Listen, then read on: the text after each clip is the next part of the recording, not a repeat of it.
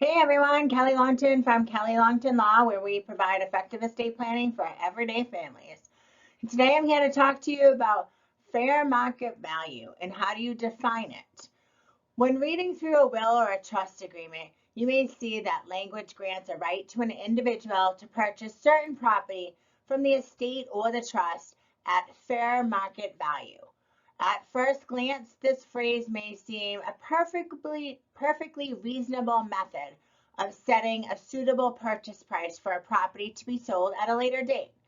But a recent court case out of Virginia teaches an important lesson to those who have a will or a trust that relies solely on the term fair market value to set a future price of that property.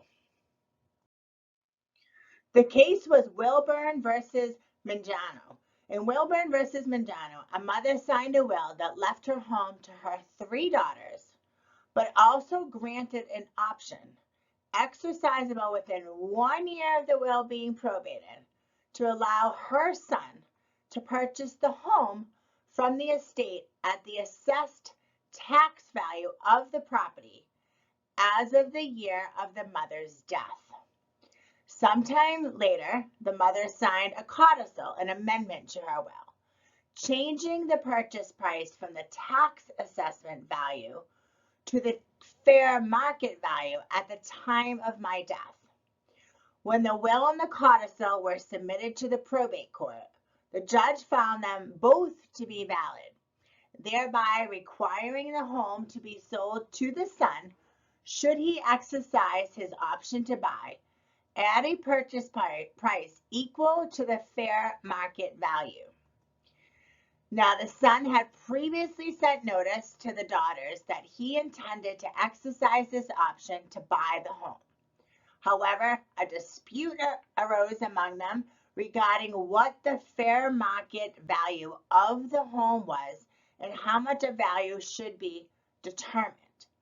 The daughters obtained appraisals from 2 separate appraisers and ultimately offered to sell the home at the higher of the 2 appraised values because of the maintenance costs that they had occurred during the dispute. The son decided that he no longer wanted to buy the home because of the dispute, and the daughters sought a court order to compel him to go through with that purchase price and with the purchase itself. The court had decided that the term fair market value standing alone was not specific enough to meet the criteria for determining that a valid contract existed between the son and the daughters, and therefore the son had not breached a contract with the sisters.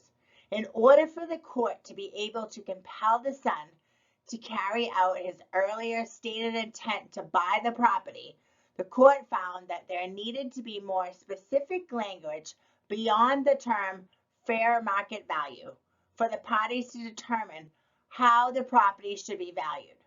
The court pointed to a variety of different but equally valid valuation methods used by appraisers to establish a property's value depending on the anticipated uses of the property.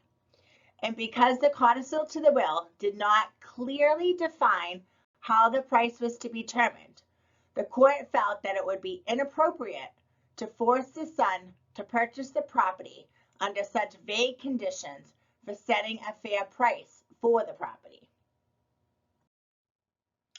Even though the Virginia court case does not apply in other states, it can be helpful to property owners who intend that their property be sold when they pass away or are otherwise unable to decide on an appropriate purchase price.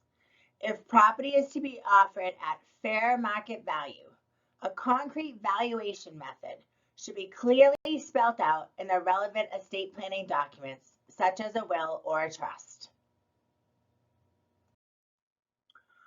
For example, you could require that at least 2 independent appraisals be done, and the mean or the average of the 2 prices be used as the fair market value. You could also get more specific and list who will pay for the appraisals or which appraisal method should be used. For example, the cost approach or the income approach, the sales approach, or other well-recognized methods. Another simple option could be to tie the definition of fair market value to the tax assessment value established by the county in which the property resides. If tax assessment values are traditionally too low or too high in your area, you could spell out an approach in which you could add or subtract an additional percentage of the price to the tax assessed value to get closer to what you believe is a more accurate fair market value for that property. Once the value is determined, consider whether you want to allow your executor or your trustee to provide financing for the buyer so the buyer can avoid using a lender to finance the purchase of the property.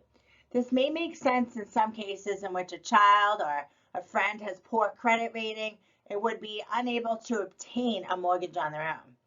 On the other hand, if there is already tension between family members, it may be best to require the individual buying the property to obtain their own financing so that the beneficiaries of the trust or the estate receive the value of the property in cash as soon as possible.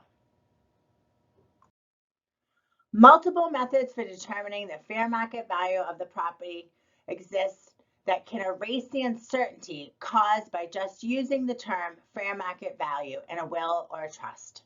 To some extent, you're really only limited by your own creativity.